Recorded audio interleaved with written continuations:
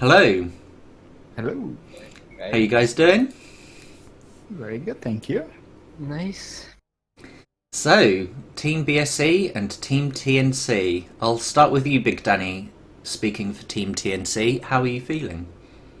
I am feeling very good, very confident. We've got some practice and we're ready to crack some nuts. So, how much preparation have you put in for this game?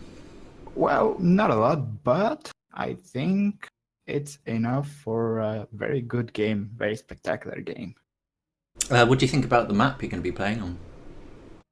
Uh, I'm not a big fan of a lot of Planet games, but I think it's fine.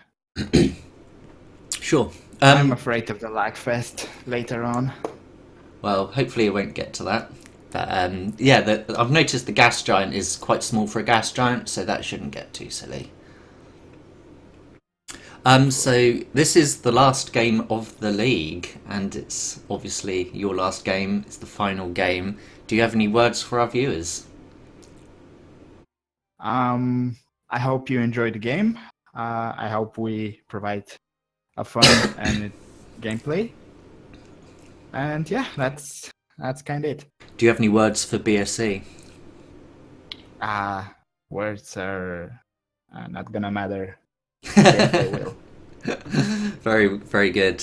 The Dudek, or Dudech. How do I say your name? I always forget. Uh, no, you can choose whatever you like. Okay, the Dudek. How are you feeling? Yeah, well, kinda nervous because that's a final game for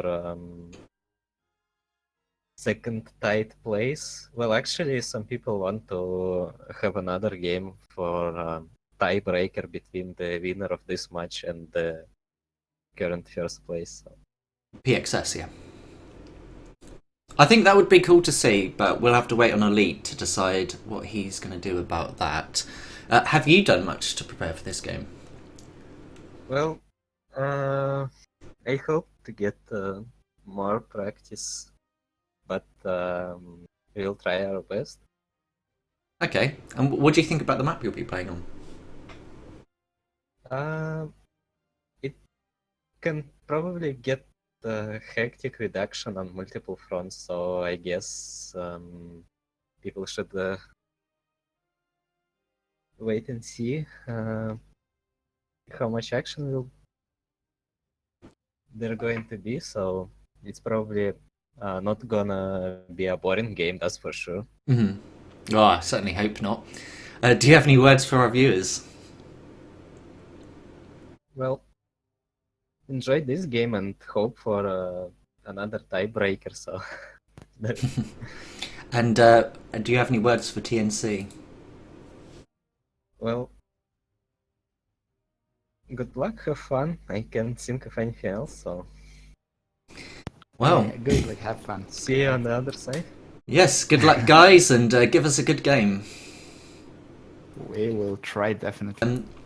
Fuya Magia says you really don't want to let the enemy take control of the gas completely here. And I agree. But the thing to take note here is the gas planet on this system is actually a lot smaller than other systems. So one could argue that might make it easier to dominate and take control of. It does limit how much you can really eco up on there, but imagine that you've covered this thing entirely in jigs. That's a hell of a lot of eco. Must not be ignored. Really mustn't be. Gas should never be ignored. But yeah, it'll be interesting to see how quickly players go for this gas planet, and we'll keep a picture-in-picture on that just to see when they go to that. It'll be interesting to see how quickly they get on gas and how hard they fight to keep gas. Because what you could do is, instead of try and take control of gas and build jigs and all of that, is just deny it to the enemy whilst ecoing up normal on your starting planets. Use that eco to keep your operation running and try and keep the pressure up there and deny them that orbital advantage.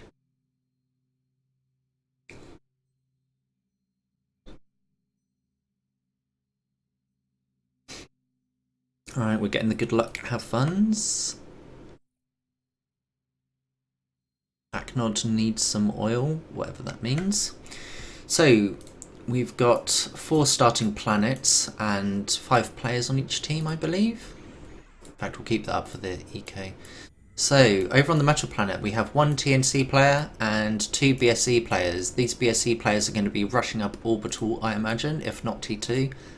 I reckon Orbital. Let's drop this down. The Cook's Cigarette Ash is not a starting planet, is it?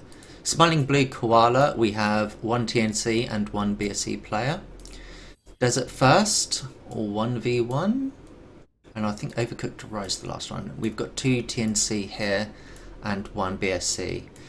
So over here, it looks like these guys are going to be looking to dominate this planet, kill this commander as quickly as they can, and take advantage of this planet and use it as a springboard. Whereas over here, it looks like BSE are going to be rushing up Orbital with their commanders here, rather than using these commanders to lock down this planet. So I guess that answers the first question, who's going to be going to gas first? It looks like it's going to be BSE. Although they haven't neglected to think, okay, we know that a TNC player is going to be starting here, we need to send out docks, try and deny the enemy metal and expansions, and don't just give away this planet for free for the sake of rushing up Orbital. Looking over at the TNC player, we see that they're getting up Orbital as well, but they're going to be slower to it, obviously. That's going to really put this player at a disadvantage, because whilst he's building up this Orbital and playing catch-up, these guys, they're already got units pumping out, and they'll be potentially putting out some more factories and taking control of this planet in general. And the other way that this is a problem is not just that BSE can take over this metal planet for their control, but if they destroy this orbital launcher, that's going to put TNC behind in the orbital game. Over in Smiling Blue Koala, I imagine we're going to see a standard 1v1 style face-off. We see the classic bot air opening over here from BSE, and much the same from TNC over here. Interesting to see a combat fabricator coming out. I imagine he will be using that to do some reclaim, as we can see that there are definitely some trees here, but it'll be key to keep that thing alive. Over on Desert First, gameplay has resumed. We've got a raider coming out, the classic bot air opening, and 3 fabricators from TNC. Over on BSC side, we see a much more conservative radar going up right in the middle of the base, and a double bot opening. So looks like the Dudek is going to have to reconnect. He can't see his units, and this can be quite a problem sometimes. And I think he might have to reconnect a few times before he can see those units. Sometimes it does take quite a long time. So looking at the state of things here, although there's an air factory coming up over here from TNC, and air is good against bots, I think having a double bot opening here, like we're seeing, can potentially be quite strong, because when you're sending these docks out in all sorts of multiple directions, it can be really hard for a bomber to take advantage of its splash damage and its carpet bombing style. So yeah, the air scout's going to come around here and get some vision on what's going on, and hopefully they can identify that BSC are going for quite a docks heavy build and try and catch up. In fact, we can check the build order, and they're going, oh, double air into vehicles. Okay, that'll be interesting. So looking over on the gas planet, we see that BSC have landed, but they've not set up a queue for their orbital fabricator just yet. The Avengers arrived to protect it, and we can expect to see building starting soon. And here we go, they're going to build up that jig and then get their anchor. Looking over onto the metal planet, we see that TNC have just about got their orbital launcher up, and that's building up their orbital fabricator. They're going to have to keep an eye on what BSC are doing on that gas planet though, because it would be relatively easy for BSC to pump out another Avenger and just send it straight after that orbital fabricator hits the gas planet and take that out. So this could really be the start already of the snowball for BSC's eco. It looks like TNC are going to do alright though with their docks fending off the BSC docks, but in terms of expansion their fabricator is idle, so I've not got high hopes for TNC on this planet. Over on Smiling Blue Koala we see there's a little air engagement going on. TNC are looking to get into that naval game. That bot just survived death there. That was very close, but they have successfully got onto the lake, and that's going to be huge. Looking at the expansion, it looks like TNC might just have this one as well. In the eco game, BSC are ahead though, so that makes me ponder upon what's going on Desert First. So we had the double bot opening and that's gone into air, and we can see that these docks are moving around, but they're just standing there, and I would like to see them pushing out, looking for fabricators and going for those snipes.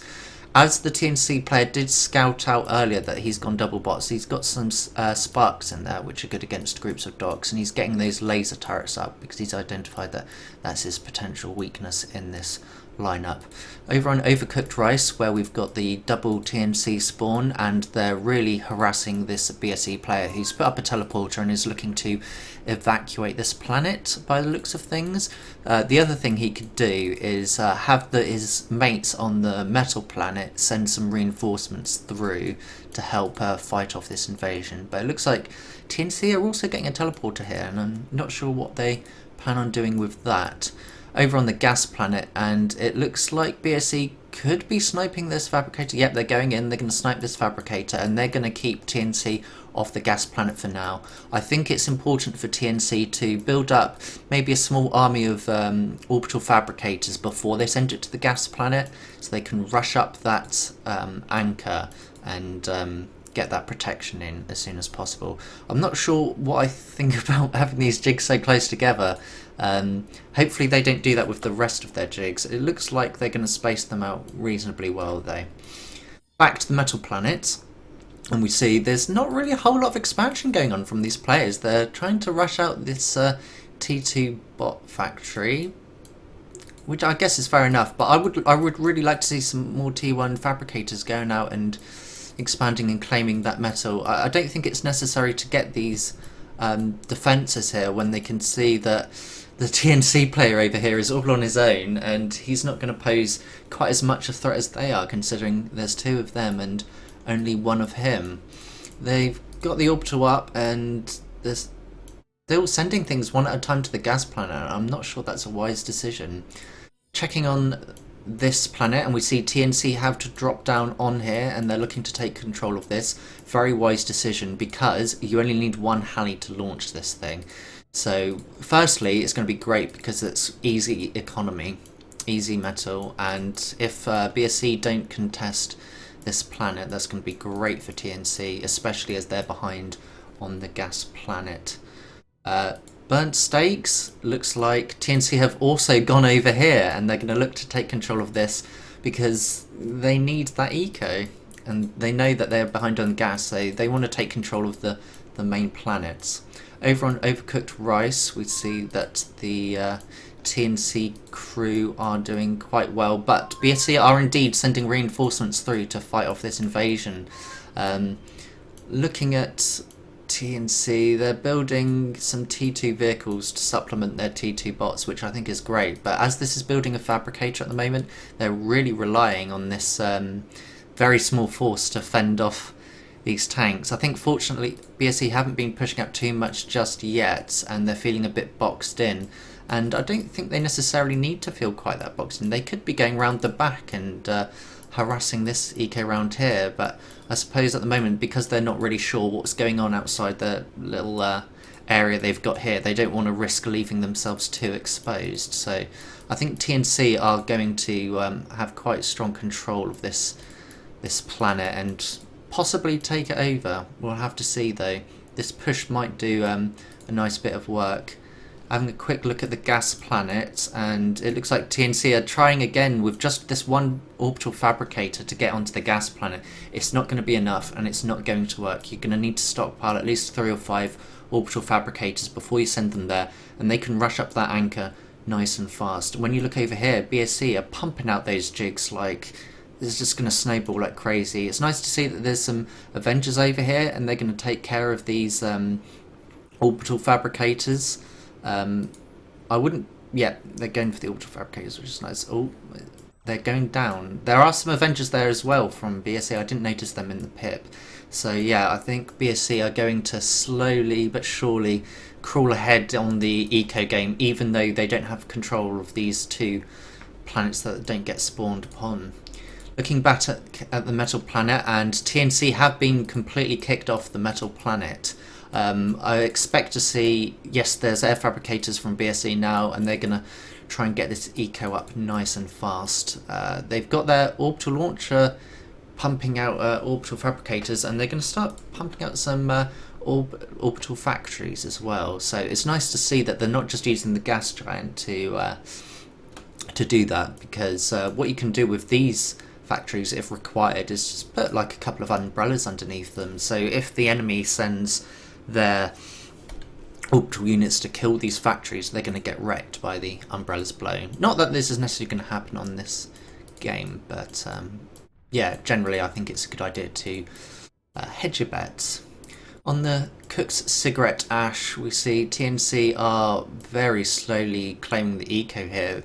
It looks like they're getting a umbrella up to deal with this this anchor. I think BSC is aware that TNC have been spreading out, and I think at this stage of the game, I think I'd be very concerned if I were TNC. Looking at the metal, you can see that BSC are getting on towards double the metal income of TNC, but when you look at their energy, they're floating massively, and TNC are starving for energy as well as metal. It's going to be really hard to come back for TNC to come back at this point. We've got T2 Naval over here on Smiling Blue Koala. It's nice to see that they're taking advantage of this lake, and they do have a fair amount of control of the land as well. They're competing quite well in the air game, and they're keeping their bombers alive as well to take care of these slammers, so that's really nice to see, and it's a very strong game from TNC over here. So when these Leviathans come out, I think they can really put the hurt on this base. I think this BSE player is expecting kaijus to come out, and these Blue Hawks are really great for countering kaijus because you can just hide them behind these factories where the kaijus can't hit them, and the Blue Hawks fire over the factories and hit those kaijus. But it looks like they're going to send the Blue Hawks in, perhaps. Mines going up as well, another great counter to the kaijus. Oh, looks like they've got a locust up. I'm not sure if they've really been making much use of locusts. I'm going to take a quick look at the chronocam and zoom back and just see if there was much locust play going on this map.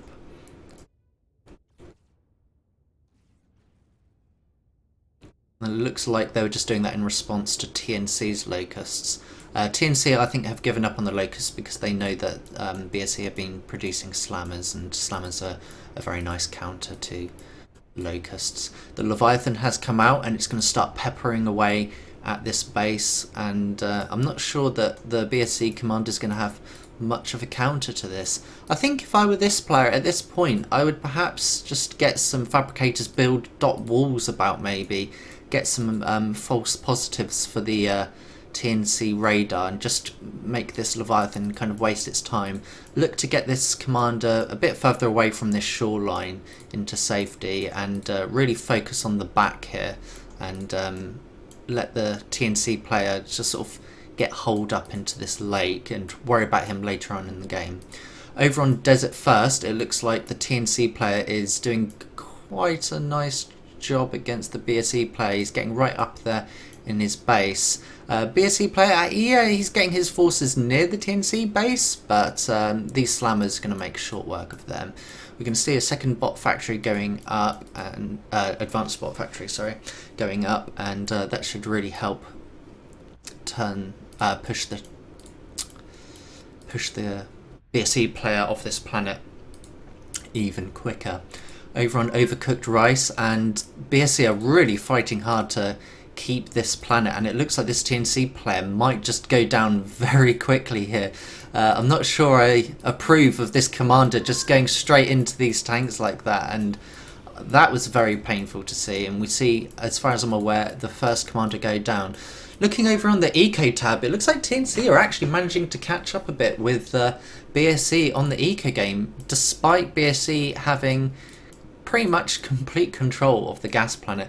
We see the SXX lasers coming out for the commander snipe, and they're going to build some advanced radar satellites to scout out those commanders, and I think this could bring an end to the game very soon. It looks like the strategy of going for the gas planet, as Foya Magia said, really was the way to go on this map, because you can win these planets, as TNC sort of have done, but it's not going to be enough if all your commanders get snubbed by SXX, and it's going to be very hard to counter that as well.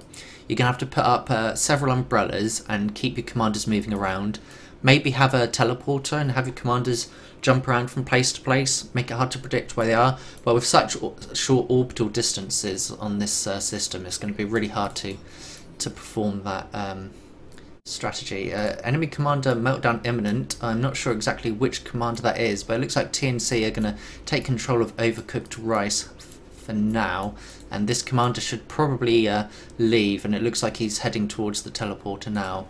Over on Burnt Steaks, and TNC have got complete control of this map, and they're pumping out some T2 eco. Looks like they're starving for energy, so they're going for that energy, and then these airfabs will continue to build metal. But for now, it looks like BSC are not going to contest this, but they have got an advanced radar satellite, so I expect they'll be sending the SXX. Yep, they're sending them right now, and they're going to go for the snipe. I'm not sure if this TNC player has noticed yet, but his commander is on the move, hoping to dodge this shot. They're getting the umbrellas out, so yes, they are aware of the SSX snipe incoming. We're going to get the pip up on that incoming snipe, and we're going to have a little look at this commander. If I were this player, I would just divert all of these fabricators to umbrellas. You're going to want all the umbrellas you can get, I think. And yeah, I'm not sure how many are going to deal with it. There's a lot of, potentially a lot of SXX there. I haven't counted them. Looks like there's 3.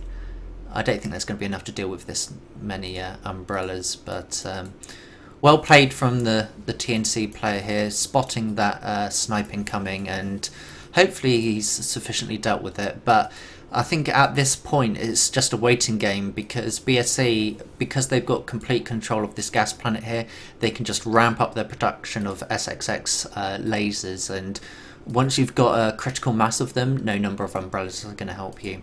Over on the metal planet, we see that BSC still haven't actually claimed all of the metal yet with their air fabricators. Hopefully they're going to have some T2 air pump out the T2 metal. Yes, over here we've got a couple. I'd probably invest in more, because with the gas planet, you get all of that energy from the jigs, but they don't produce tons and tons of metal. So why not just spam out more fabbers and really pump up that T2 metal game?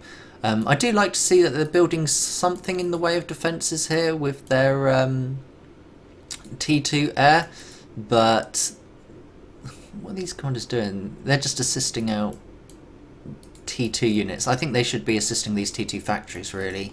Build more factories. The Cook's Cigarette Ash, and it looks like TNC are going to lose control of this planet. This commander's looking in a bit of a precarious situation. They're sending their slammers in, and if well microed, they will be able to dodge these leveler shots and take them out, but there's quite a lot of docks there to deal with as well. And looking over here, BSC have got quite a nice bit of production going on, so it might be wise for this TNC player to build a teleporter and get off of this planet. This is going to be really horrible for TNC as well, because this is the planet that has a single Halley to launch it. So losing control of this planet could be huge, and if BSC lose a planet, they can just build a Halley on here and blow it up. Over on Smiling Blue Koala, we see there's been an attempt. Nope, the SXX are just here to take out of this advanced naval factory, and it's a shame they didn't get stingrays up sooner, because stingrays are quite handy at dealing with orbital, but I suppose it'd be even better just to get umbrellas. But yeah, the issue here is that once you've got enough SXX, it doesn't really matter. They're just going to snipe everything they see anyway. So I think that has really decided the game at this point, and TNC are going to lose this planet quite quickly, I imagine. I don't know, I'd still Halley it though if I were BSE.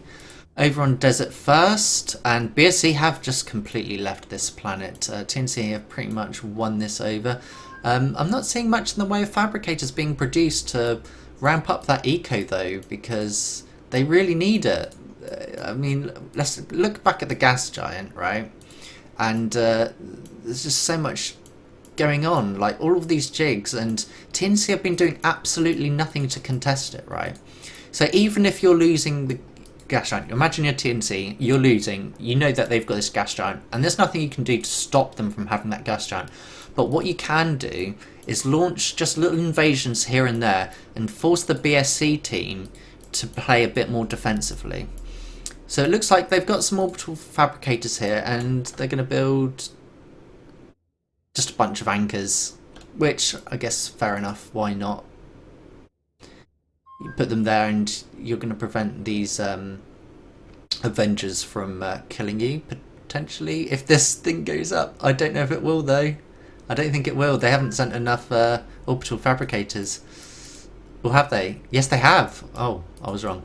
So yeah, that's going to close off a patch of the gas giant to the BSC team, but ideally they should have been doing this right from the get-go, right? Back at the beginning of the game when BSC first got onto the gas giant, TNC should have built up 5 or so orbital fabricators and just build anchors around the place. Just get anchors up, and that can like prevent the BSC team from just spamming jigs. Over on Overcooked Rice, and it looks like BC still have a presence here, and TNC are really struggling to kick them off of this planet. And I really admire that BSC have been really pumping their units through here and keeping TNC from winning this planet. And it looks like they might just turn the tides here.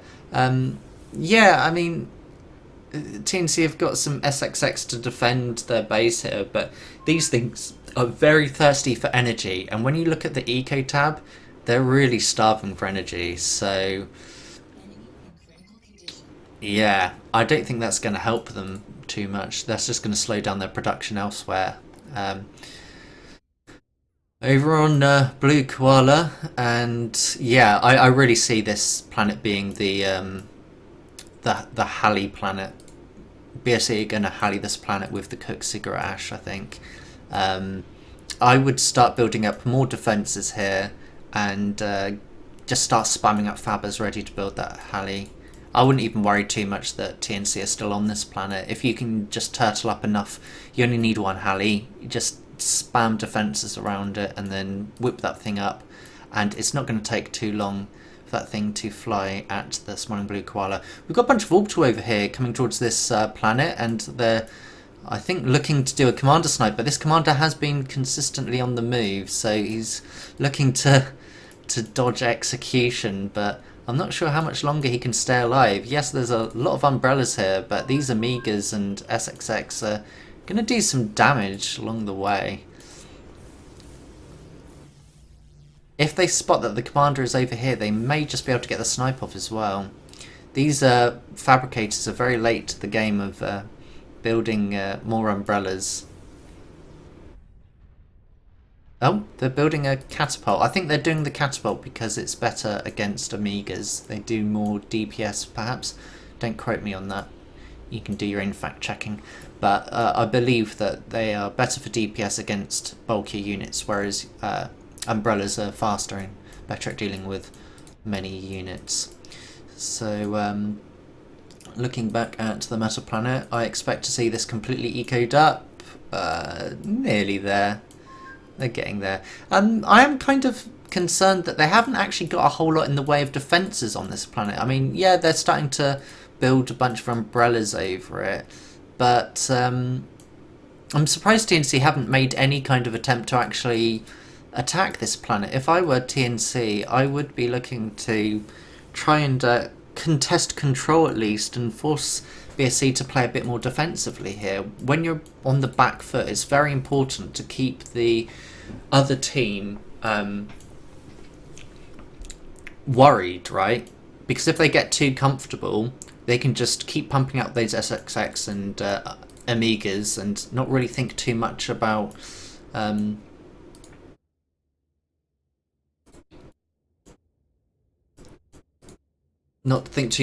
defending, and all of their attention is going to be focused purely on finishing this game up, which at this rate it will be done very soon. Let's take a quick stock of which TNC commanders are still alive. So the Cook Cigarette Ash, sees no TNC commanders on there, just this lone orbital launcher, and it's been reclaimed by these air fabricators. Interesting. Over on Smiling Blue Koala, we have a single TNC member who's investing quite a lot in air and whatnot. They've got a teleporter up waiting to send these units, and I think they realise that they really need to try and take out the Cook's Cigarette Ash and prevent any Halleys from being built, because I imagine that's what we're going to see very soon. Having a quick look at the build queue though, and I don't see any attempt to do that, and I'm really quite confused as to why that is. If I were BSC, I would have had that Halley up by now, and I would have already launched at Smiling Blue Koala. When you consider that a lot of TNC's eco and units and just general presence is dedicated to this planet alone, that would just end the game right there, and I think would force TNC to perhaps call the GG. Over on Desert First, it looks like TNC have complete control of this planet, but they've just got units patrolling. I don't know if I agree with that, but anyway, their commander is looking suitably snipeable.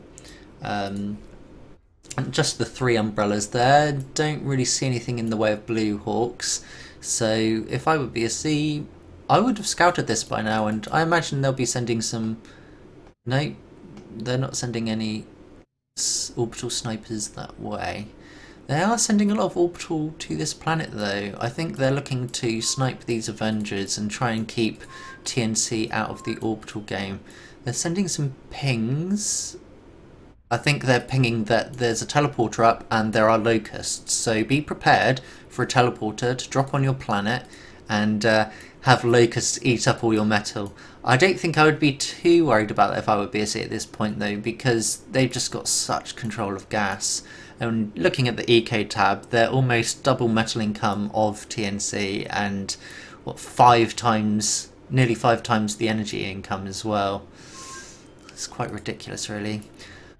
Forgetting burnt steaks, TNC have got complete control of this map, and they've really pumped out these umbrellas. I'm not sure what the value is apart from the eco on here. They have got a unit cannon. They've got orbital factory. They could probably pump out some more orbital factories.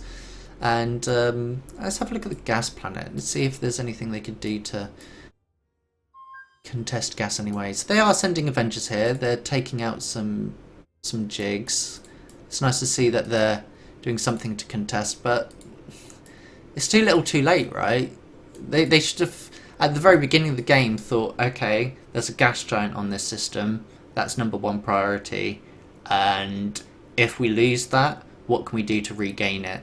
When Burning were playing BSC, they fought tooth and nail to keep BSC from completely controlling that gas giant, and although BSC were pretty much always ahead, they never kicked Burning off of that gas giant.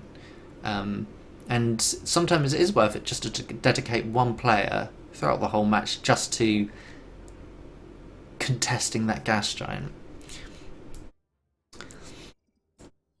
So over on the metal planet, we still don't see that T2 eco completely built up. Lots of T2 air over here protecting these commanders. They got their umbrellas, they got their catapults, they got their anti-nukes. They're building some nukes, which I think is kind of redundant. when you've got as many SXX and Amigas being pumped out, I think they're a lot more effective at doing snipes, but they do them how they want to do. Cook cigarette ash, and I'm going to have a look at the build queue, and there's just no sign of a Halley going up. And I have to wonder, have they looked at this planet tab and looked at the fact that this only needs one Halley to go up? Overcooked rice is the other planet that can be Hallied. Needs 3 Halleys, but it's a valuable resource in a multi-planet game. And finally, must not forget, catalysts. They can indeed build catalysts and just blow up the other planets. Enemy commander is damaged, and the sniper's gone off on Smiling Blue Koala. I believe that leaves TNC with just 2 commanders at this point. The pinger's gone off. Okay, I don't know what that was for then.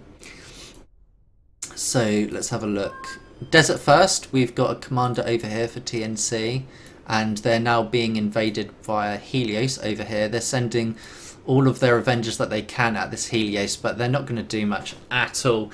The best thing to do really would be to actually group up all of your Avengers into a blob and then send them at the Helios, because when you're sending them like this, it's like the spaghetti strats, right? You're just sending them into their death. When you send them in a big blob, the Helios can only shoot so much at a time, and then you can actually take it down quite easily.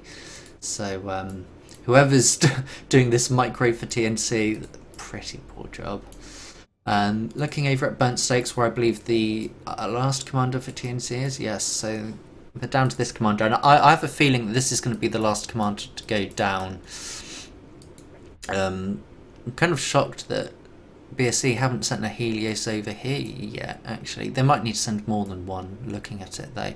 But if they sent like 3 Helios, they could drop just enough to kill that commander. It wouldn't take tons at all.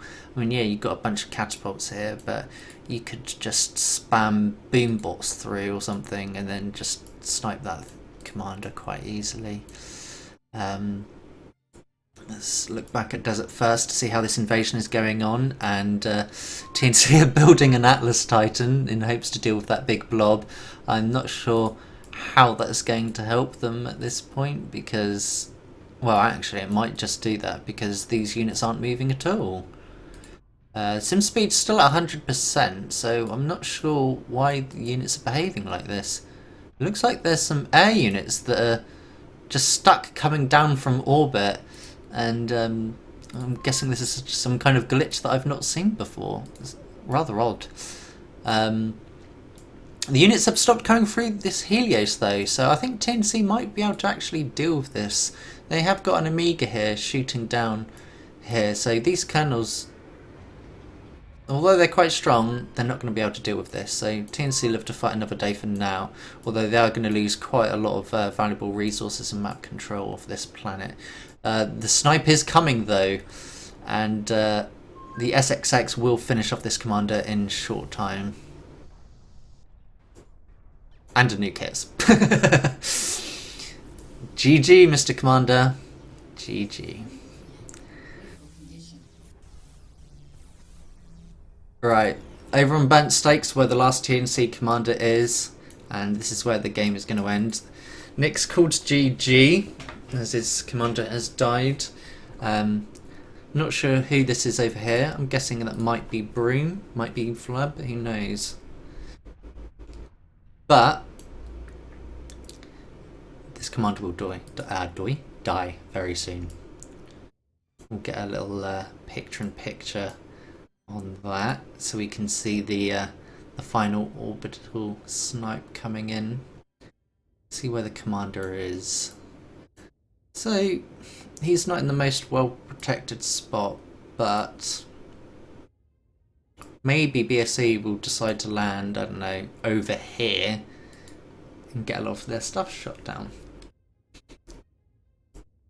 But let's just select that, see what we're dealing with. So we have 7 Amigas and 32 SXX. I'm not sure if anti-orbital ground turrets preferentially target orbital units, because if not, these Artemis and Avengers are going to soak up a lot of that fire, and that's going to make this a very successful snipe, regardless of whether they land on top of that commander or not.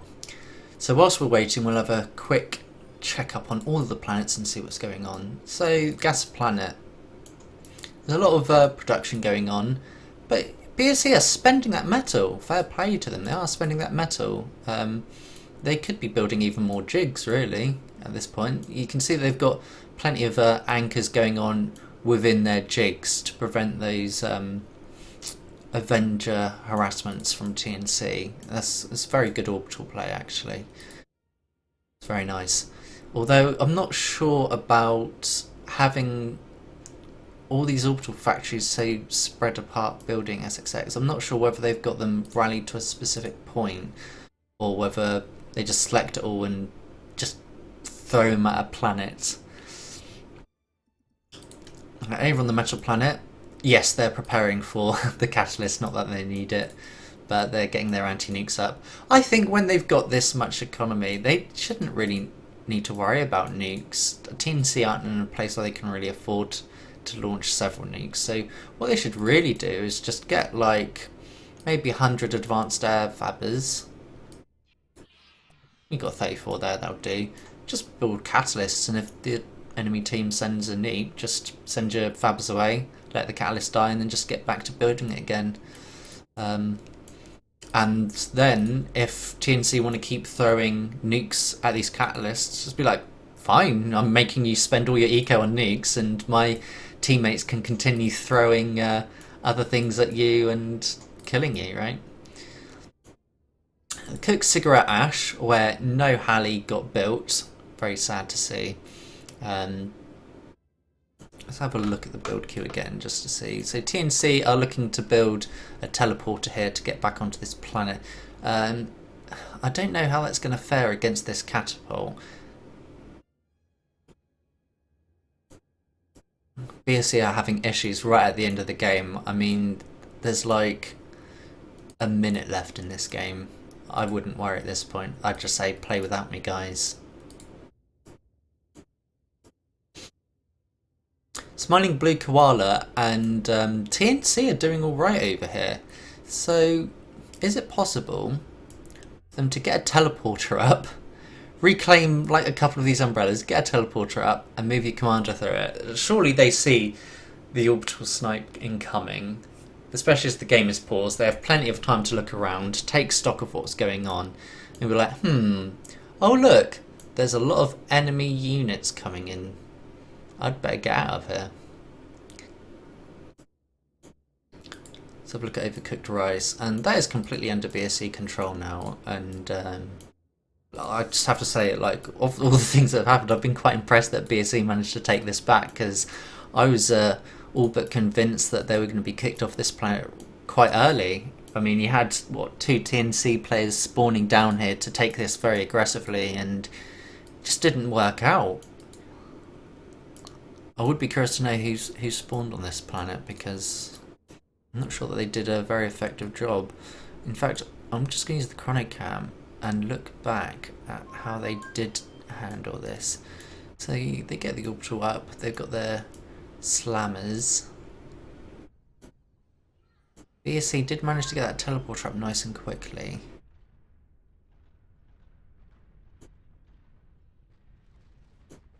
Ah yes, so TNC, they sent their commander through, didn't they, to get onto another planet, and this commander goes in for a push. I'm not sure that that was wise. It's very risky. Maybe against a lesser team you could do that, but against BSC, that's just too risky.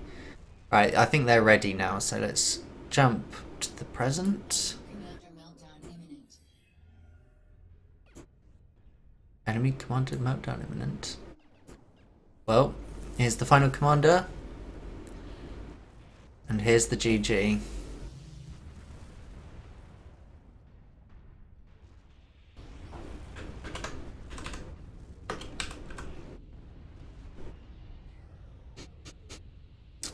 There we have it. So, PXS first place, BSE second place, TNC third place. That's your podium for the Planetary Extinction League. Good game to all involved. Not just this game, but all the games of the league. Thank you to all the members of all the clans for taking part and giving me something to cast. Give the community something to watch. And we will need to get into the interview room and interview these players.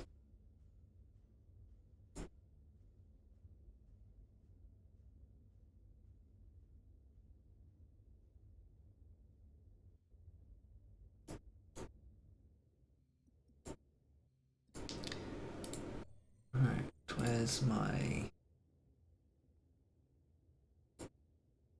Okay.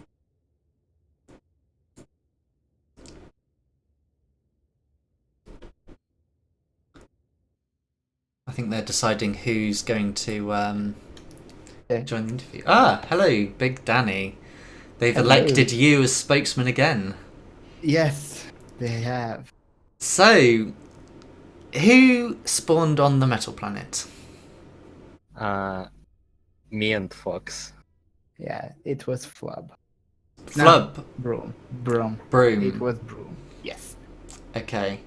So, Dudek and Fox, was it, on the metal planet? You Yeah. did double spawn, right? Yeah, you did. So, yeah, I really liked that double spawn. Get that orbital up, claim the gas planet early. Beautiful gas planet play, actually. Clearly won you the game because you were, at first at least, losing on your other fronts. But, as we all know, gas giants snowball, and when you get those orbital snipes out, it's hard to come back. And with the eco as well, you can catch up. So, Big Danny, what was it like in the TNC chat throughout the game? How much teamwork was going on? It had a bit of teamwork. Mostly, everybody was trying to do their part and be help of the team and focus on the thing that they're best for. For example, we elected Broom for the orbital play, so he was doing most of it, but got help from Nick and Mango. I have to say, I think Broom did a pretty bad job at the orbital play because, as I was telling the stream, as I was watching it, sending single orbital fabricators to a gas giant that the enemy's already got lots of adventures on is a bad move. You need to bunch up those orbital fabricators, let them build, get at least 3, maybe 5, and then send them. So you've got the build power to catch up. Yeah, I agree. Yeah. So who spawned on Overcooked Rice? Overcooked Rice. That's the moon. Where That's 2 the people moon. spawned. Describe our team. Yeah, Mango and I think we double spawned on that moon. Yeah, so Mango and Nick. okay. Because that was essentially a 2v1 that you lost. You weren't there, so I suppose you can't comment on how they lost that, but Yeah, I I was, was focused on my planet. So where were you? I was on desert first. Desert first. Yeah. I admit I didn't spend a whole lot of time viewing that planet, but I noticed you had the classic bot air opening. And Dudek, who was on that planet from your team?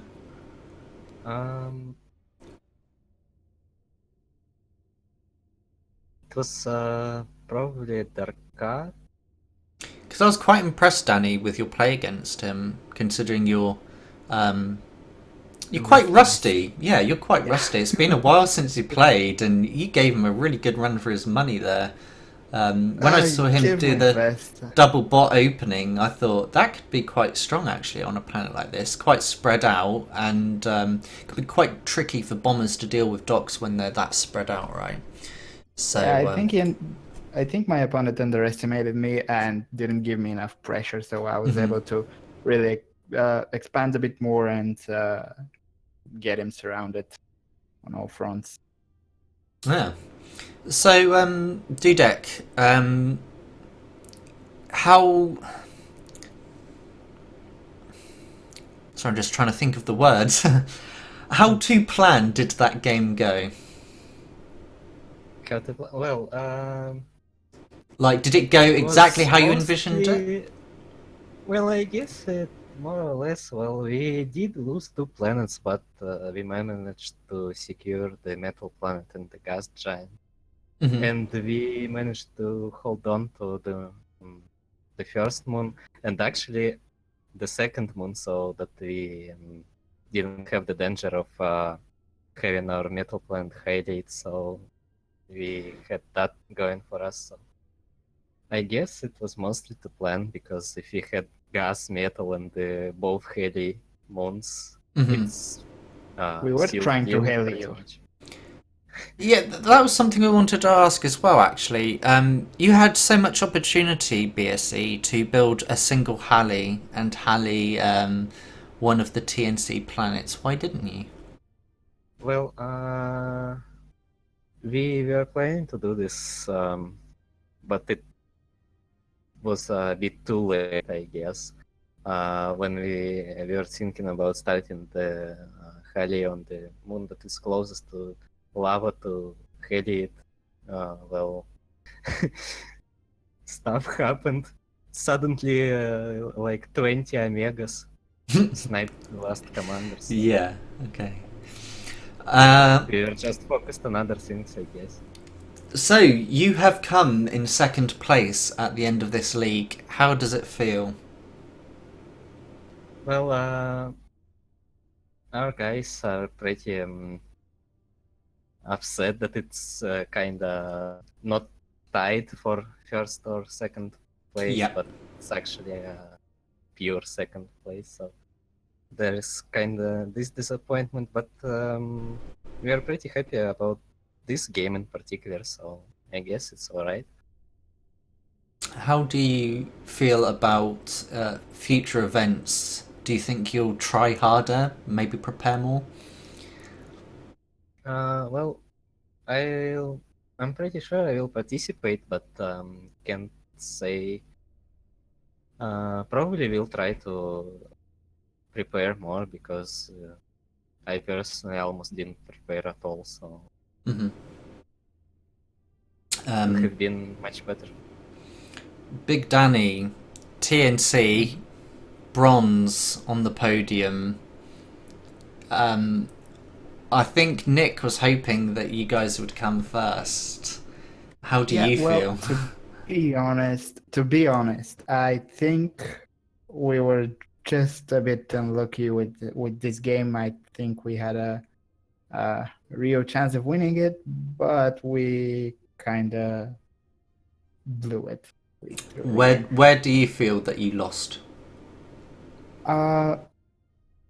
Army management. I had a lot of tier 2 armies on my planet, and unfortunately I was muted, and I was screaming at my guys that they should take advantage, and I got it all prepared, and I noticed Flub says in the chat, blame Broom for everything, and I think that's half right. I think that is half right, that allowing BSE to take control of gas to the extent that they did was I'm the not trying deciding to factor. blame anyone, because Well, you no, play because you all how you failed play. as a team, right? So it's not just one person going wrong, but yeah, get good Broom and bring us some beautiful, beautiful plays next time.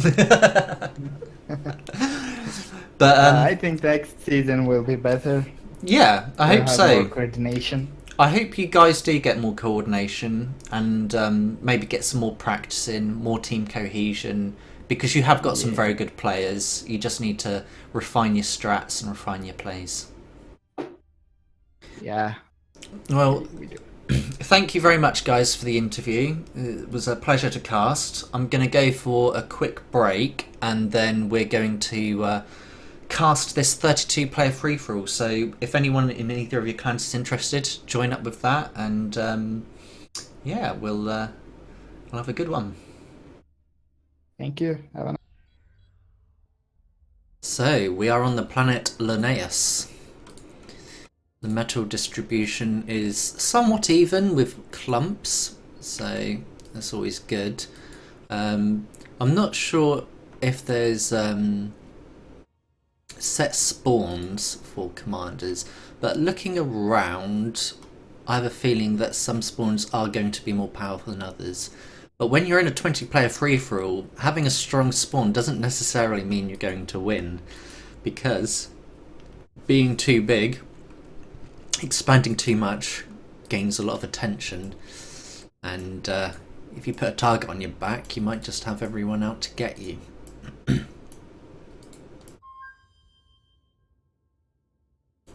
So, who's orange? Elite has just pinged that he's going to spawn over here. I can almost guarantee he's going to get some naval going over here, because when you look at the metal on land, there's not a whole lot going on. He's got 6 in the water, and I wouldn't be too happy with that spawn. I think I would fight very hard to try and get control of this metal over here, or this metal over here, which will almost certainly have someone else spawning there to fight for it. You'd really want to rush up that tier 2 naval though, and use that against these players though, because they're going to have more metal to use.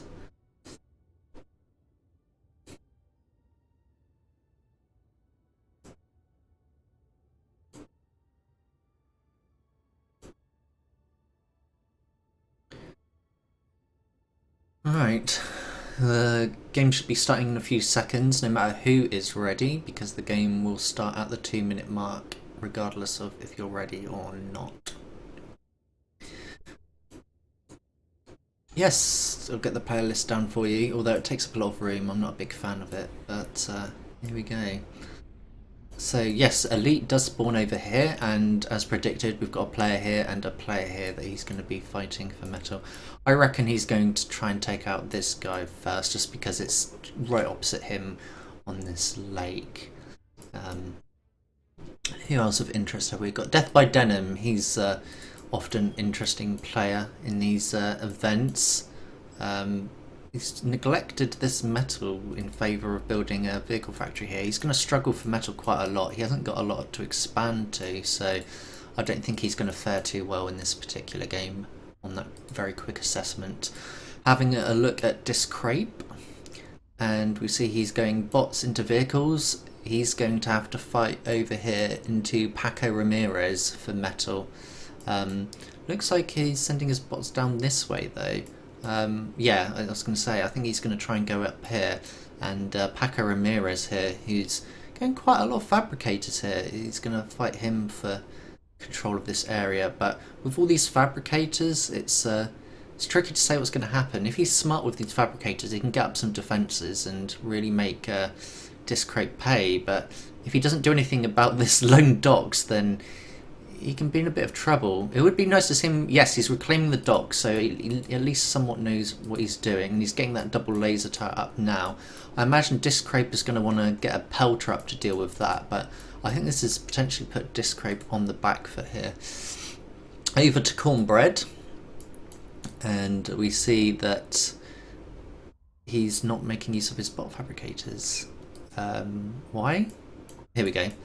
He's having a little scat around, see what's safe. He's putting up a radar, which I guess is fair enough, but I like to put my radars in slightly more aggressive positions so I can get a good look at what's going on with the enemy. Let's see. Yeah, his vision, it's not really covering much, really.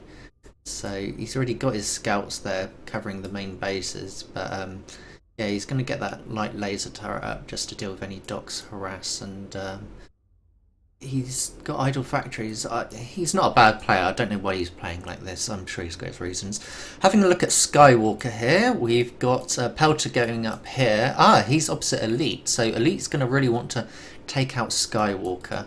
But Skywalker's putting up that Pelter, and that's going to give Elite a bit of a headache. So I think it would be nice to see some Orcas coming from Elite to deal with this Pelter before this T2 Naval goes up.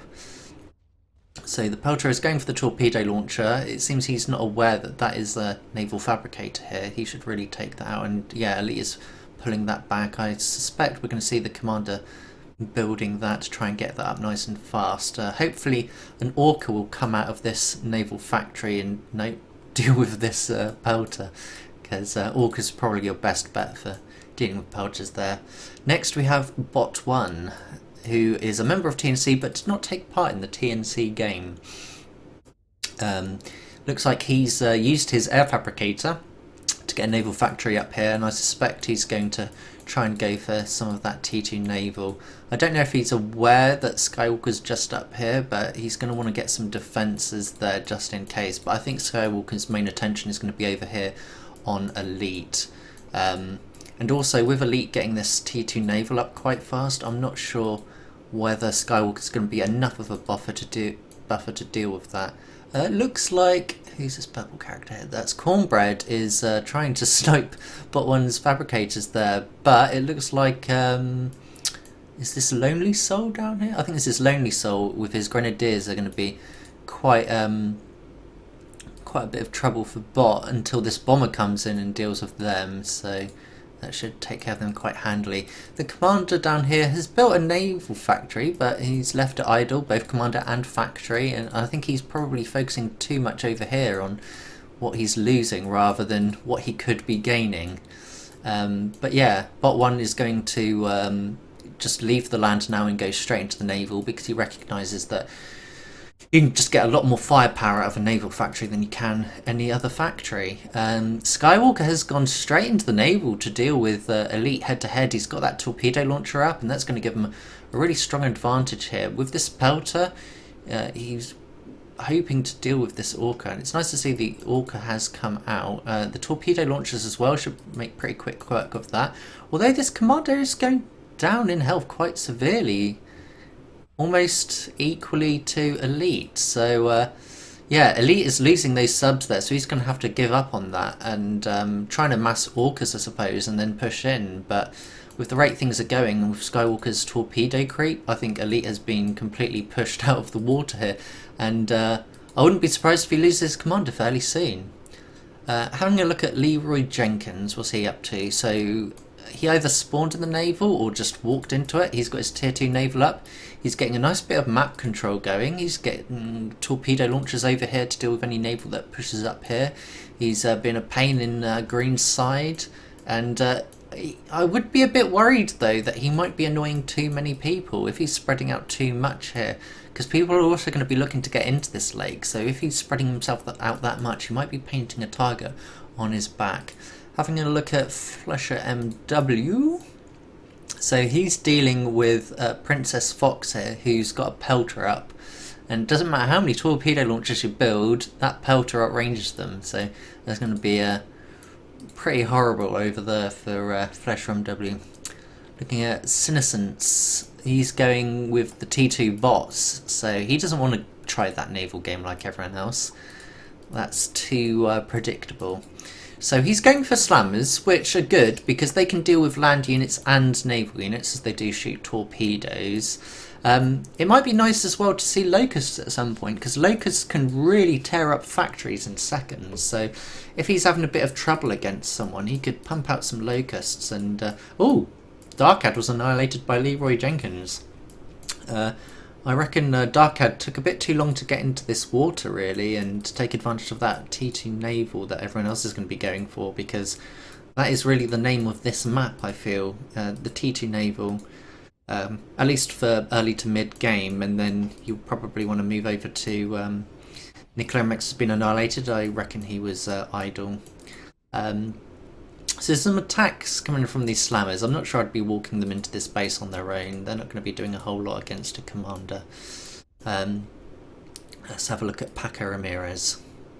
We did see him earlier, didn't we? So he's building some tanks, but he's going to have a bit of a hard time here again. Or is this one Princess Fox? I'm sorry, I'm having a bit of trouble with these guys. Or is that Discrape? I think that might be Discrape. Let's check. Yeah, that's Discrape. So Discrape's got the Kaijus, and he's coming here, and he's going to be pushing up against these tanks, and it's not going to be very difficult for him to take out these tanks, as Kaijus are just... they're the best land unit in the game. Yeah, I'm not sure why he's building this orbital factory here. Maybe he thinks a few anchors might help him, but really all he's going to be doing is communicating to everyone. Hi, I'm here. Anchors are signposting my location, and it's going to do you no good at all. He's moving his commander into this water, which is a very dangerous place to be. We've got some warring commanders over here. We've got a commander down here with his naval. This guy's not going to last very much longer. Let's have a look at Mikey H. Mikey H has got a bunch of bots, and he's going T2 Naval. He knows the game. He knows that T2 Naval is where it's at. Would like to see him use these naval fabricators to get a bit more metal, though. He really wants that eco, because ships are quite expensive. Who's this green guy? Doofus of Death. What are you doing? Patrolling your units like that is not clever. It doesn't achieve anything, and you're just feeding units to your enemy. He's got a lob here, and it's a really bad map for lobs in my opinion, at least early game, because you don't have a lot of metal to spend. Lobs, they cost more metal wise, but they don't spend energy, so that makes them really good on maps where you've got a lot of metal, because you don't have to worry about spending loads of time building energy plants. But when you don't have a lot of metal to spend, they're going to really impact your ability to field a lot of units. And looking at Mike H's forces here, there's just going to be nothing that this guy can do. Mike H is starting to build some hummingbirds to deal with any potential bombers, but yeah. Let's have a look around, and this is Spartan. So Spartan's gone for tanks. He's got some T2 tanks, and I think he's trying to deal with Frankta there. Frankta's got quite a lot of docks, and I don't see why these tanks are going this way when he's got a radar up. Does he have... he's got the energy as well. He should be bring these up, bring these tanks down to deal with this dock sword here, because they can do quite a nasty bit of damage, a lot of docks. It looks like he's bringing his forces in, and they should clean them up quite nicely. I'm getting a little bit of lag here, but I think that's probably due to the fact that I'm streaming at the same time as doing this. I don't plan on getting a new computer set up anytime too soon, so these kinds of games unfortunately are going to be a bit laggy at times for me. I believe single planet games don't make use of multiple cores either, so that can be a bit problematic. Over here we've got David Johnson, who's building walls and turrets behind walls facing the wrong way, hoping to stay alive, but you're never going to win if you just sit there in your base doing nothing, right? You need to expand, you need to kill other players, take their metal, build up your economy, build up your production, because turrets don't win games usually. Looking over here, Elite and Skywalker are still both alive somehow, and yes, we've seen Paco Ramirez has finally died as predicted. He was forced somewhat into this lake where he was never going to survive. Looks like Skywalker is likely to go down soon. It's hard to say. There's a lot of torpedo launchers here, but his commander is on low health. These Kaijus don't get hit by torpedoes from torpedo launchers, but they do get hit by the commander's torpedoes. If he's smart with them, he can go in, take out these torpedo launchers with those, and then send his orcas in to follow up and kill that commander. But looking over here, it looks like Elite has been completely forced out of the water. He's going to try and get T2 tanks, but he hasn't really got anywhere to expand to, because all these enemies have taken control of this area of the map. So I don't think Elite's got much longer left on this world. Looking at Skywalker, his torpedo launchers are going down to these Kaijus, although it looks like the torpedo launchers are managing to take out these orcas, so there's not going to be anything to kill this commander for now. The Kaijus are going onto the land, and that might be a smart choice actually, because if you can take out all of this, you've left Skywalker just sitting in the lake with very, very little metal. And I think he will go down to... this is Spot 1. Yes, Spot 1 is doing quite well for himself over there. He's fairly well defended over here, although there are Blue Hawks, and these Blue Hawks could end up killing this commander. That commander's going to want to run into the lake, into safety. Docks, though, should be quite good against Blue Hawks. Blue Hawks are very strong at killing single targets because they do a lot of damage, but they shoot relatively slowly. And when you have a lot of cheap units like these docks here, they can deal with that quite nicely. So Bot is going to be safe for now from there. Over here, it looks like Pink has decided to change his target and he's going to go over here towards Bot 1. There are a few turrets up, but they're not going to be enough to deal with this large horde here. It's going to be important for him to use these docks to try and keep these docks away while simultaneously dealing with these Blue Hawks, and it's going to be quite tricky for him. I think it would be smart actually for Bot 1 to bring his Kaijus down this way and get rid of Pink and maybe forget about Skywalker for now. I mean, he's done quite a lot of damage to Skywalker and he can just leave him for the time being.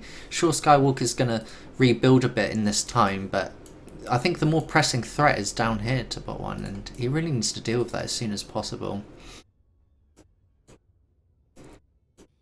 Let's have a look at the eco. You can tell how well someone's doing by the eco. So Discrape looks like he is ahead at the moment. So let's take a look at what he's doing. He's got a nice bit of expansion going. He's cut off from Pink over here, so he doesn't need to be worried about being attacked from that side. This Pink player is fighting these guys down here, so he's essentially safe from over here. Elite's been annihilated and Skywalker's not showing any signs of expanding this way just yet, but even if he does, these Kaijus can make short work of him.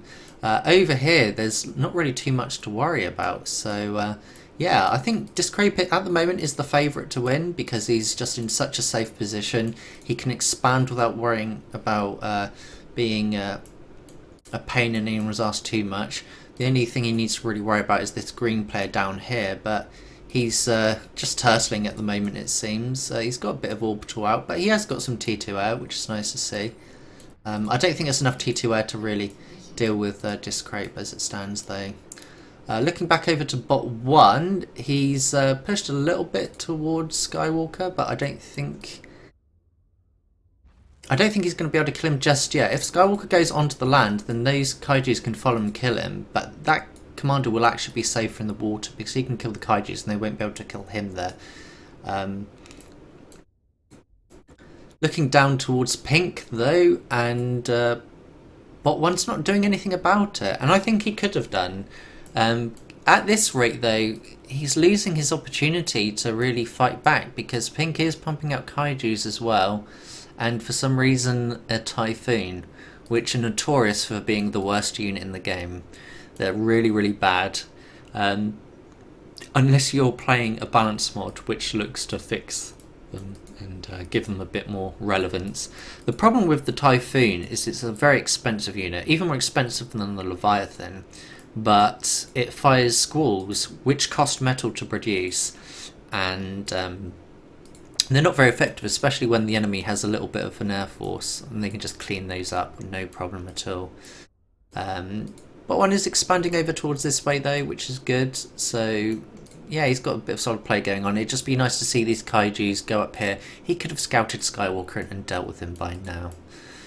Looking down here, we see an Atlas Titan going up. I'll be curious to see which way that goes.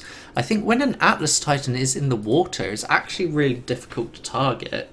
I'm not sure on the exact specifics on that though, so it would be interesting to see this Titan walk down this stretch of water here towards Pink and deal with that. I'm not sure if he's going to want to go towards Blue and kill him because, well, Blue's not really harassing him or being a problem to anyone. So yeah, I think it's very likely that he'll send the Atlas this way just because he's being attacked by this Leviathan over here. So that's Lonely Soul. So we'll put a picture-in-picture down here and keep an eye on the Atlas Titan. Let's have a look around at Blue. He's not doing a whole lot. He's just pumping out some T2 bots. And oh, Skywalker has been annihilated by Princess Fox, so it was bound to happen eventually. Unfortunately, he did not spawn in the best of places. And it looks like this player, Discrape, has found bot 1 and has taken out his heir, and I think bot 1 is going to have quite a bit of an issue here, because I think this is a Hawkins going up over here from Discrape, and I'm not sure what bot can really do to counter that. He hasn't really got a whole lot in the way of units. Let's have a look at his eco. Yeah, he's really struggling for energy at the moment, and he's investing in a nuke, and I'm not sure that's really wise at this stage in the game. You're putting a lot of metal into that nuke, and the second you fire it, everyone else is going to build an anti-nuke. And looking over here at Discrape, he's already got his anti-nuke up anyway, so he's not going to be using it on him. Looking down here, and oh my god, that is a Dox Horde. The Dox Horde is going in, and it's taking on the Great Wall of China. The Great Wall of China is going down quickly because walls are rubbish. Walls don't do anything. They help keep your turret alive a little bit longer. And that's all they're good for. Building a massive wall across your base is going to do nothing to help keep you alive, though. And this commander is sitting in an orbit. He's not going to be doing anything for the rest of the game there. I think when his base gets finally destroyed, he's just going to sit there and wonder why he's not spectating. He might as well be dead, because then he can actually spectate the game. I don't understand why people do that. Looking down here at this pink player, this is magenta rather.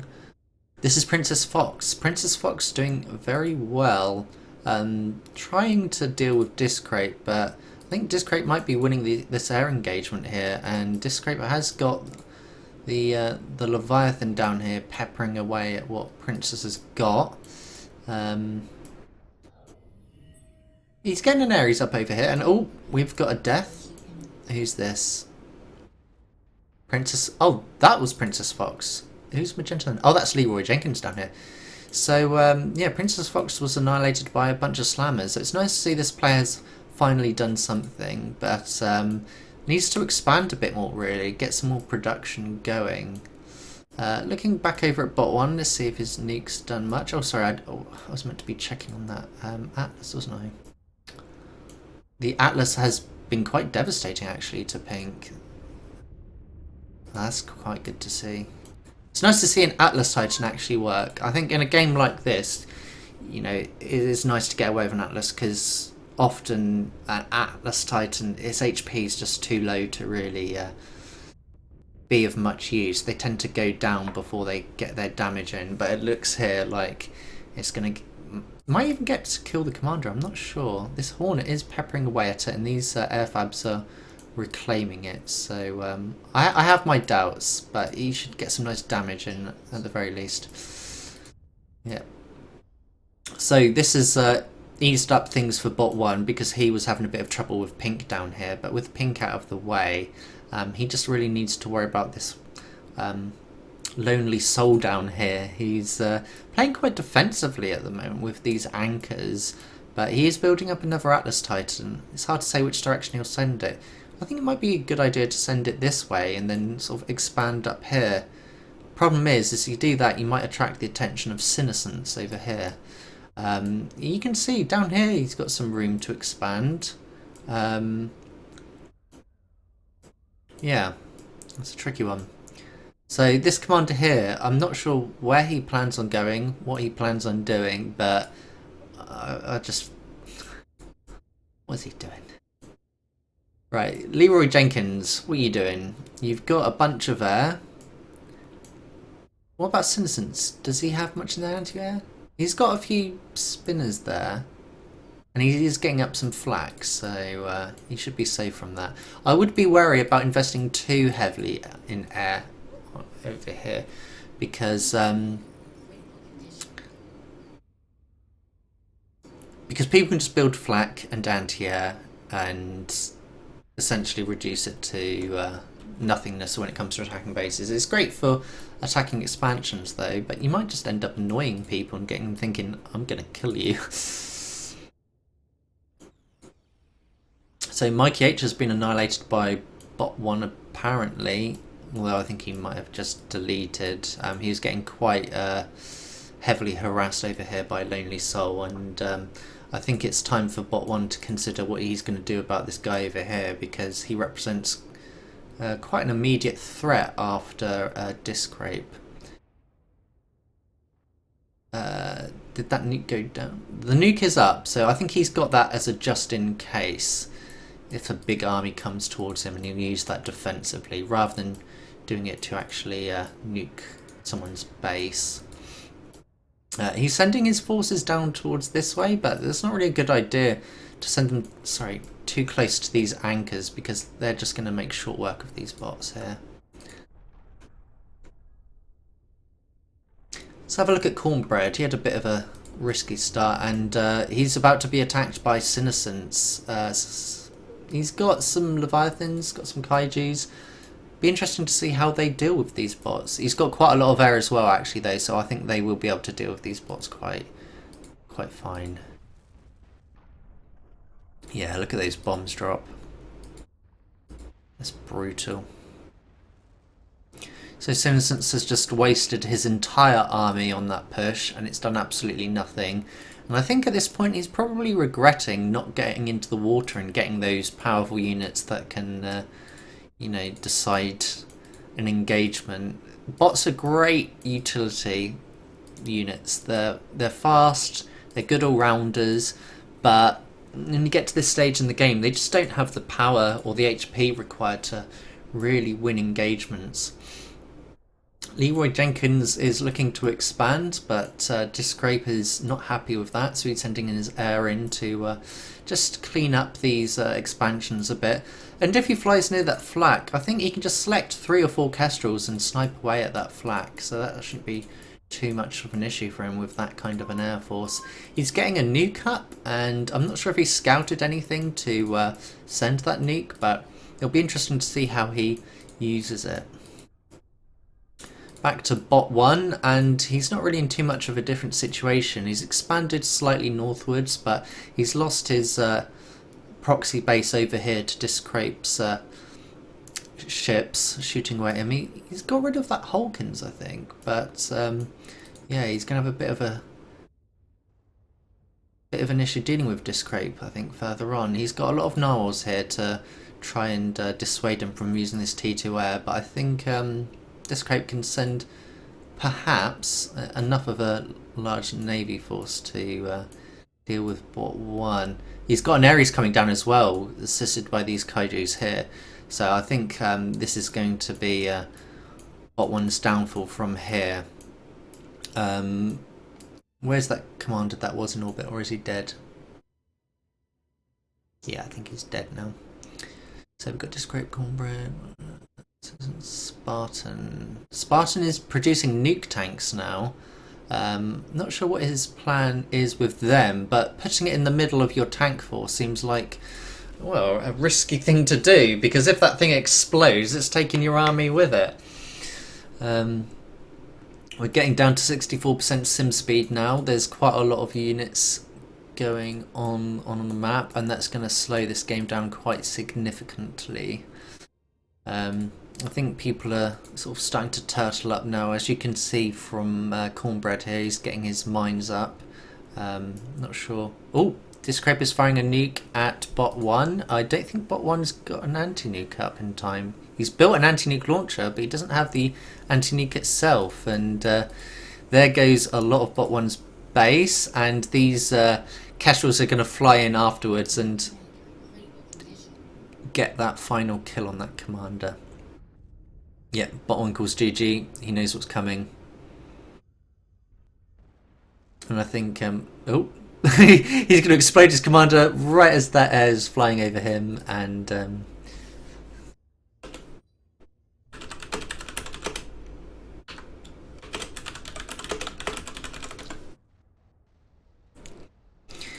so, Discrape, Cornbread. I think Discrape is the favourite to win now. I mean, just looking at the EK tab, you can tell he is doing very well. But on top of that, I think he's the only Uber player left in this game. And looking at a state of affairs, I think his main issue is going to be with Leroy Jenkins here. I don't know if he's identified Leroy Jenkins as his key target, but that nuke is going up fairly quickly, and I don't think it matters terribly much where he lands that nuke. Anyway, is going to do significant enough damage to hurt Leroy Jenkins here. So let's see if this nuke goes up soon. What's it at? 98, 100%. Is he going to launch it? That's the question. Let's check his vision. Right, he sees a large force over here. I imagine he's going to send his air in to see what's going on there. But yeah, he's sending that defensive nuke down. I think he perhaps sent it in the wrong direction though. Oops.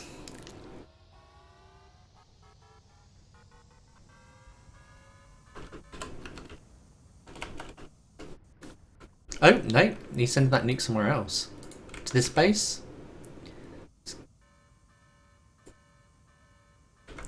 Oh, that's going to be pretty brutal. Ouch. So, a nuke tank is coming up here towards Discrape. Even if it goes off in his base, I don't think there's going to be too much of a problem for Discrape. But, yeah, I would certainly be concerned that Leroy Jenkins here has a fairly sizable air force. I'm not sure if Disc's got much in the way of flak over here, but it looks like Leroy's flying right over that flak, and that's going to be really painful for his air.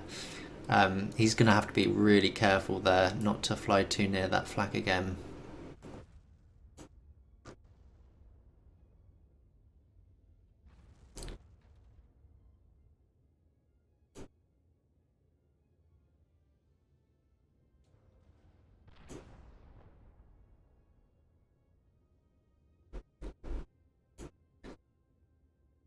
Leroy Jenkins, he's doing alright on eco actually. He's doing a pretty good job.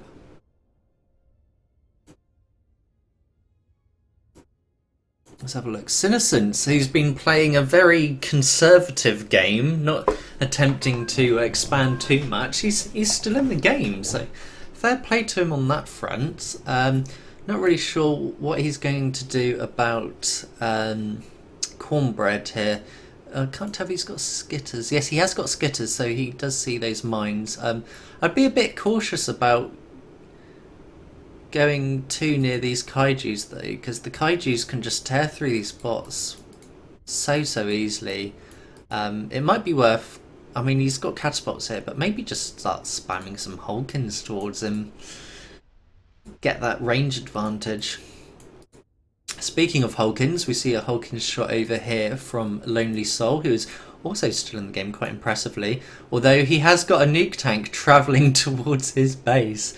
I'm not sure how close this thing is going to get with this Atlas stomping on it, but he's going to get a kill on a Titan at the very least if the Atlas does finish it off. If not, he's going to kill that Zeus and a lot of that T2 energy. I don't think Lonely Soul's going to be too worried about that. He's floating a lot of energy, so... Yes, looking around the map, there's now at a point where there's a lot of untouched eco and a lot of wreckages, so it could potentially be worth just spamming out some combat fabricators to reclaim any wreckages, get some fabbers and just start claiming a lot of this metal. You do sort of paint yourself as a target by claiming such a wide area though, so it is something to be mindful of. Over here, we see an engagement going on between Discrape and Leroy Jenkins, and it's very hard to tell what's going on with so many unit icons going on and this level of lag. So I think that Discrape is the favourite here. He's got this Ares coming in and he's backed them up with some kaijus, and I'm not really sure that Leroy is making enough air to really deal with that. As you can see, Discrape's pumping out these hummingbirds and phoenixes, and they're a very nice counter to these bombers, which aren't really protected by a lot in the way of phoenixes and hummingbirds. So yeah, I think this is going to be a rather slow death for Leroy Jenkins, but slow but sure. We've got some Avengers over here flying towards Discrape's base. I don't see any orbital stuff from Discrape, so I'm not really sure what they're doing, where they're going. what their purpose is.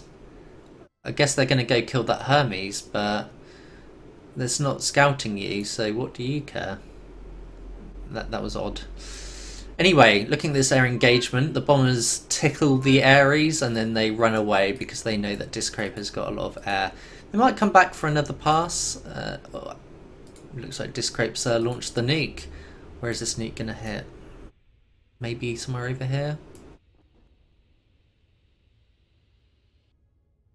Yeah, that's not a very great nuke, but he takes out the T2 naval, so I guess that's good.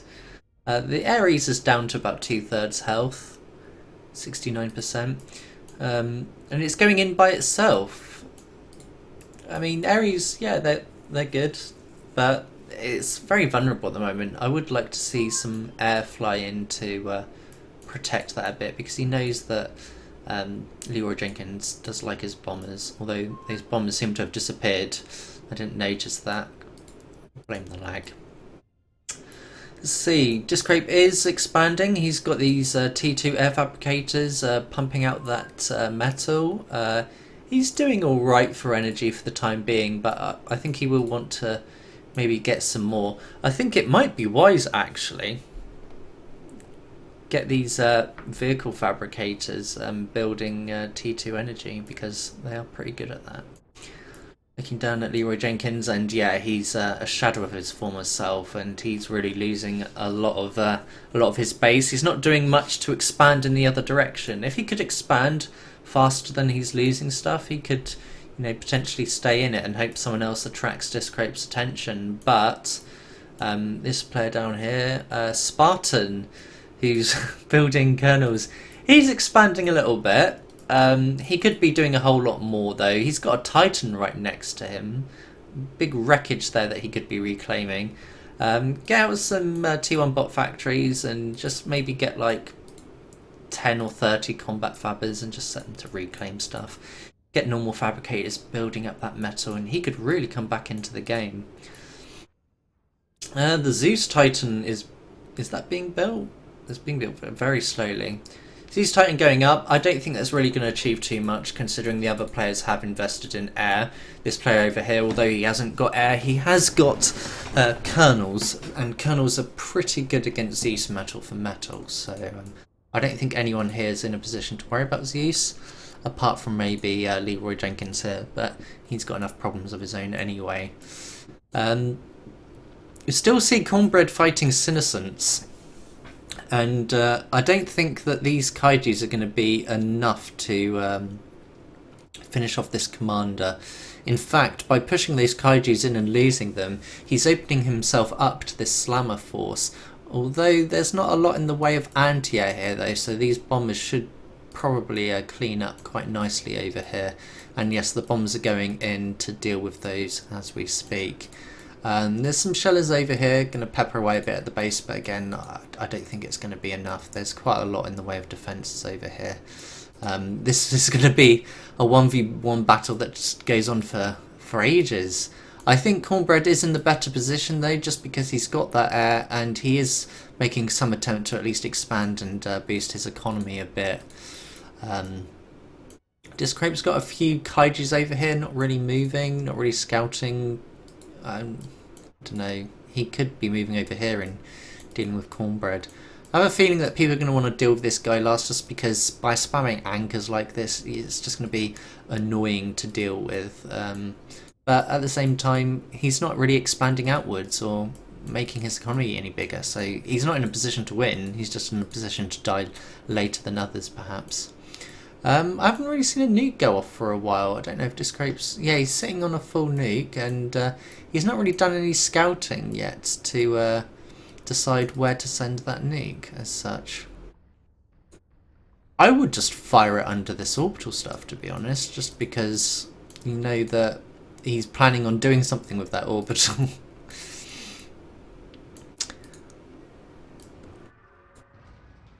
Ah, lovely. We see the combat fabricators coming out from Spartan, and that's going to really help him with that metal income.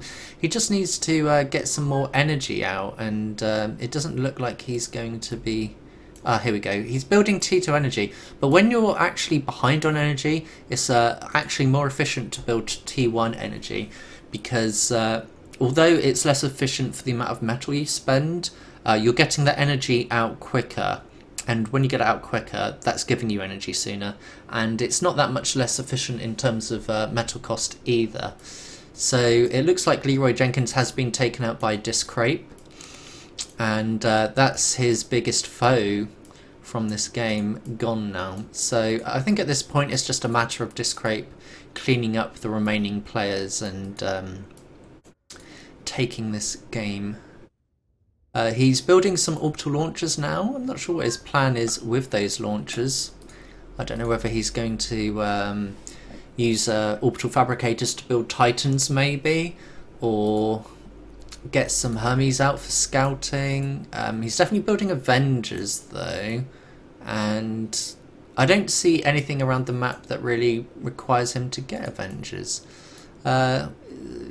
This Ares over here is just sitting around minding his own business. Let's see what his air's up to. So he's scouting around and he's found Spartan. I think he sees him as not too much of a threat though, so if I were him, I would probably... Can he launch the nuke? Yeah, just launch that nuke, why not?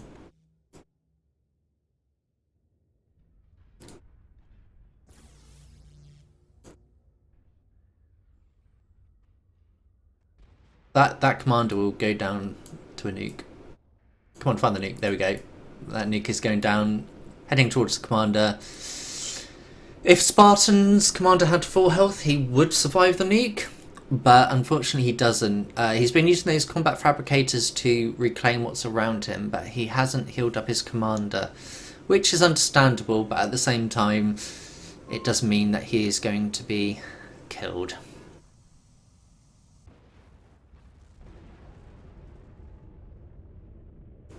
So we're left with 4 players: Discrape, Cornbread, Senescence and Lonely Soul.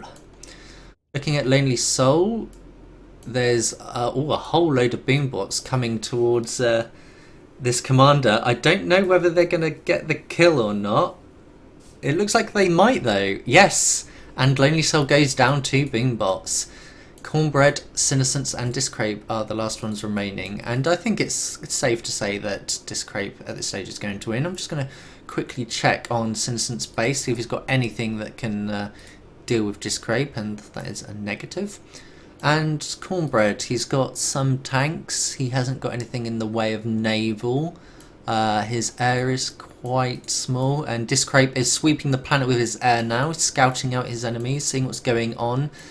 And I think he sees the final remaining players are fighting each other and they're completely oblivious to everything else that has gone on around them. And yeah, I think it's just a matter of Discrape choosing who does he want to kill first. And I think he sees that Cornbread here is probably the larger foe and better to deal with. Although Senescence here is a bit closer, and might be wise to deal with this force here for that reason. Yeah, you can see his air's coming over here, telling these bots, hey, back off, you come near me, I will kill you all. Let's have a look at this nuke launcher. The nuke is up. I don't know if he's scouted... Yeah, there's an anti-nuke over here from Cornbread. There's no anti-nuke from Senescence though, so he might as well just pop that anti-nuke, pop that, yeah he is, he's nuking Senescence over here. He'll probably follow up with his air just to finish off that commander, and then leave Cornbread and himself to 1v1 afterwards. So the nuke comes down, goodbye everything, in comes the air. Yeah, Senescence doesn't have close to enough air to defend that commander. There is a flag over here, so Discrape would do well to avoid that. There's another flag over here, but there's none down here. So he's going to come around this side of the base, fly in with his Kestrels, and just chip off the last bit of HP off that commander, and then fly his air out. Bit slow on the pull out there, but he managed to save quite a bit of his air, and that's Senescence out of the game. Cornbread attacking in with a few kaijus here, but with this Ares popping away and everything else going on in his base, I don't think he has to worry too much. He's building a Helios, which is a curious choice. I think they're a bit slow, and I don't think he's got much in the way of ground forces to send through them, but he's got a bunch of nukes over here, and 4 nukes is enough to break through one anti-nuke launcher, which has a maximum of 3 missiles loaded at any one point. There's only one anti-nuke launcher, so once those goes up, he's got a guaranteed nuke on that commander. But what he decides to do in the meantime is, I don't know really, just sit his air there. I would like fly around a bit, just keep an eye on what's going on. I would have built some Hermes or Archids or something just to get the scout on this base over here and see what's going on. And if the base is too heavily defended from orbital, just have them around the outside of the base just to keep an eye for any potential expansions going on. Having a look at Discrape's view, he can't see the large tank force coming over here towards his base, but he will see it very soon as this Helios passes over this bridge. Not that this tank force is going to do a whole lot. Let's check where the commander is. Yeah, the commander's down there in the lake, so he's not going to worry too much about this little tank force. The Ares goes in towards the base, but it's moving very close to these catapults, and it's going to be taken out quite soon, I imagine. The ideal use for an Ares really is just to skirt around the edge of the base and pepper away from afar. It's more of an artillery tank than a close-up tank like a Leveler or a Vanguard. The tank force is doing a little bit of work, to its credit. The air is very shyly tickling away at the edges. Needs to be careful of these storms though, because they can be very brutal to this air force, but I don't think it'll be too much of a problem as long as these Kestrels stay at quite a high range. It might be even worth... what's all this pinging?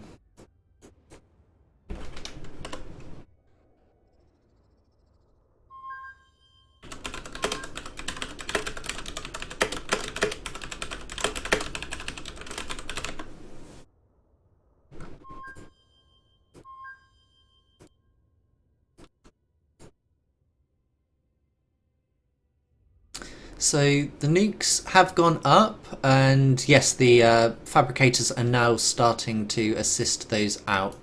2 of the nukes have gone up, and there's only 2 to go. And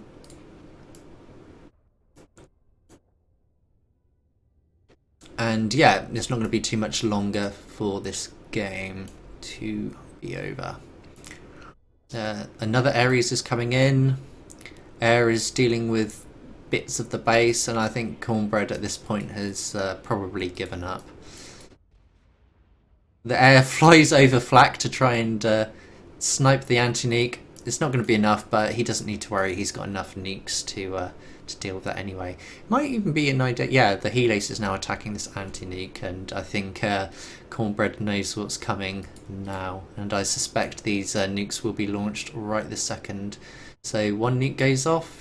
Will these nukes go off? Yes, they do.